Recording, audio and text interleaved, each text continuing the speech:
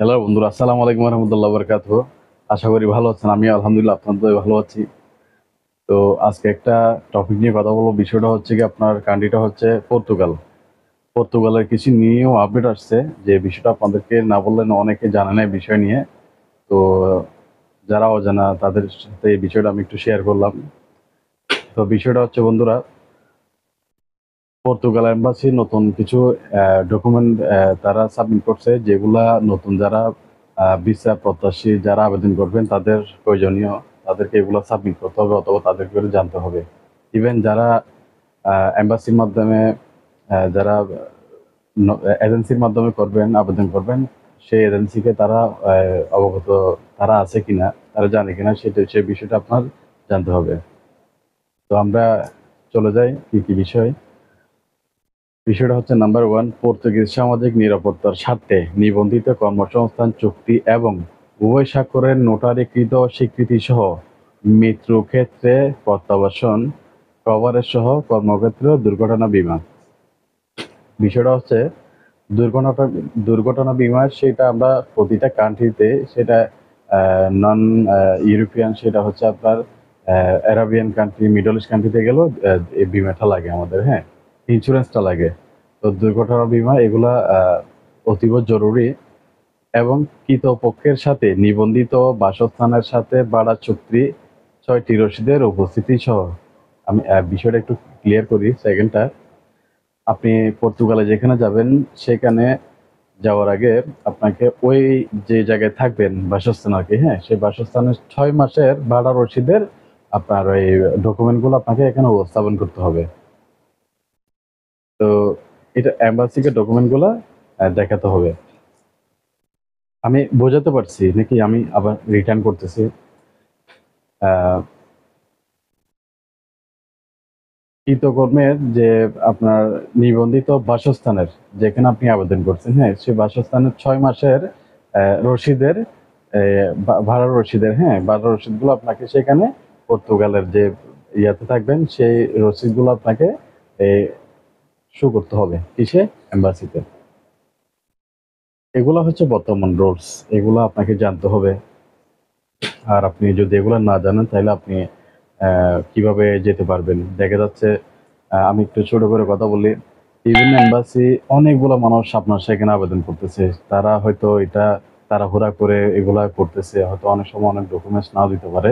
তো বিষয়গুলো আপনাকে একটু জানতে হবে। আপনি যদি জানেন, অবগত থাকেন, সেক্ষেত্রে আপনার জন্য সুবিধা হবে। আপনি যদি বিষয়টা আপনার এজেন্সিকে বলেন, এজেন্সি সেটা অ্যালার্ট হয়ে যাবে। হ্যাঁ, অ্যাকচুয়ালি জিনিসটা তারা অবশ্য অবগত আছে। তো অনেক সময় দেখা যায় ওই ইন্টারনেট অথবা তারা তাদের যে ডকুমেন্টগুলা, মেলগুলা তারা যদি না দেখে, সেক্ষেত্রে তারাও এটা মিস করতে পারে। সেজন্য আপনি যদি জানেন, আপনি বলে দেন, বেটার হবে। যদিও অবশ্যই তারা এটা, যেহেতু ফাইলগুলা তারা সাবমিট করবে, অবশ্যই তারা জানারই কথা। তো আপনাদের একটা বিষয় বলে রাখি, বিষয়টা হচ্ছে গিয়ে, আপনার দেশ এখন অনেক এগিয়ে যাচ্ছে।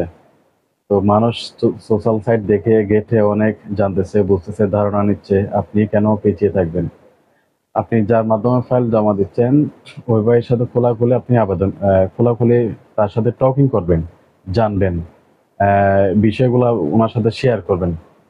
তো আলাপ করবেন, কিভাবে করবেন, কি কি ডকুমেন্টস দিচ্ছেন, নতুন আপডেট সম্পর্কে উনি অ্যাকচুয়ালি জানে কিনা। আপনি ফাইল জমা করবেন ওনার মাধ্যমে, তাই বিষয়গুলো আপনার জানার অধিকার আছে। সুতরাং পর্তুগালের ভিসা রেশিও ভালো হচ্ছে বর্তমানে ভাই, বর্তমানে রেশিও খুবই ভালো হচ্ছে।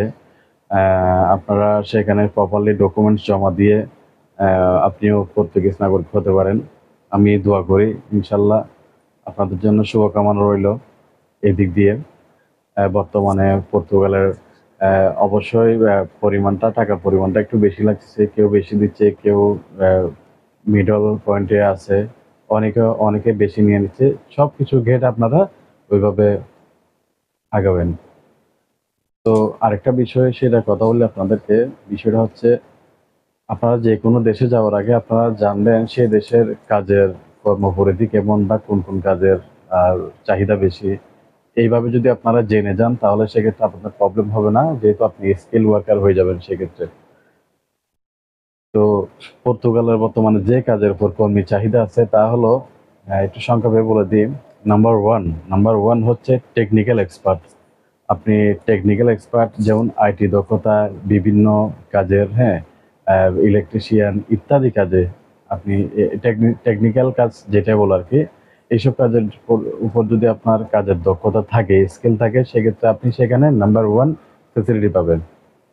ফেসিলিটি মিনস এই কাজের চাহিদা বেশি। আপনি স্যালারির দিক দিয়ে বলেন, আপনি মানের দিক দিয়ে বলেন, আপনার সব দিক দিয়ে আপনি সুযোগ সুবিধা পাবেন। নাম্বার টু হচ্ছে এগ্রিকালচার। এগ্রিকালচার সেটা যেমন ধরেন আপনার বিদেশে বাংলাদেশি শ্রমিকরা বেশি এগ্রিকালচারে কাজ করে। তো এই সাইডটা যদি আপনার জানা থাকে, অভিজ্ঞতা থাকে, সেক্ষেত্রে আপনি প্রায়োরিটি পাবেন। নাম্বার থ্রি হচ্ছে হসপিটালিটি অ্যান্ড ট্যুরিজম। তো হসপিটালিটি অ্যান্ড ট্যুরিজম বিষয়টা হচ্ছে গিয়ে হোটেল এবং পর্যটন বিষয়ে যদি আপনার দক্ষতা থাকে, আপনার সার্টিফিকেট থাকে, স্কিল থাকে, সেক্ষেত্রে আপনি প্রায়োরিটি পাবেন এদিক দিয়ে। নাম্বার ফোর হচ্ছে কনস্ট্রাকশন বিষয়টা একটু হার্ডলি। তো এই রিলেটেড যারা আছে, এই স্কিল যাদের আছে, সেক্ষেত্রে তারা আবেদন করতে পারবেন।